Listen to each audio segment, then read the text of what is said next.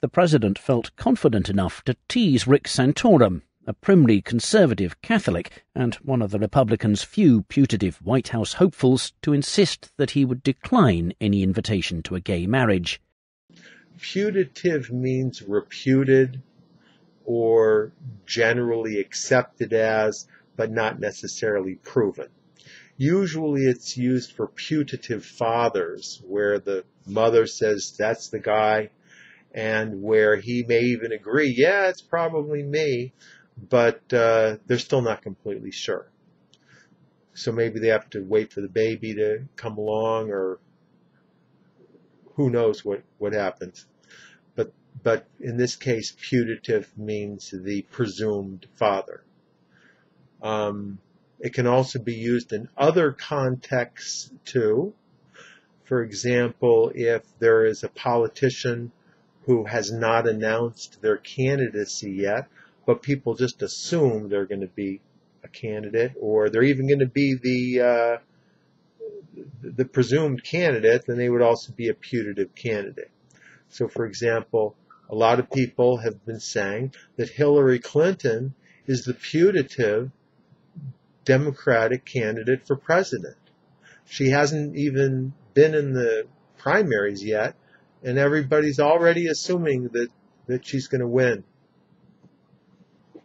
There's been this long debate over hundreds of years as to whether Shakespeare wrote all of his plays or whether maybe he had somebody help him.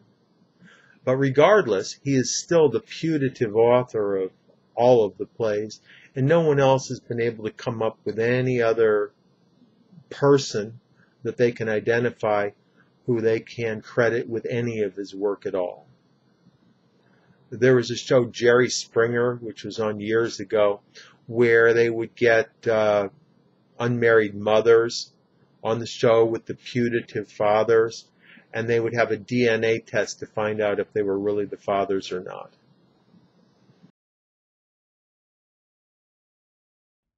Nonetheless, many of those same skeptics would think a politician weirdly judgmental and unkind to snub a friend or relative's gay wedding, not least because a growing number of Americans realize that they have gay nephews and neighbors of their own. To snub means to reject someone in an insulting way. It could either be through some sort of active insult, usually fairly short and curt, or it could be by just ignoring the person altogether, which is usually how it's used. For example, if someone is invited to a party with somebody who is a friend, and presumably they should at least call the friend and say they're not going to show up, and they don't show up, then the friend might think they got snubbed, that the person was trying to insult them by not responding to the invitation. Similarly, a lot of people feel that they're getting snubbed by their boss, when the boss might have, 10 or 20 or even more people they have to take care of, and so they may tend to ignore people along the way. Or maybe they really did want to snub the person by purposefully ignoring them or by saying something short and mean. A lot of people felt that Obama snubbed Putin at the latest summit a few months ago.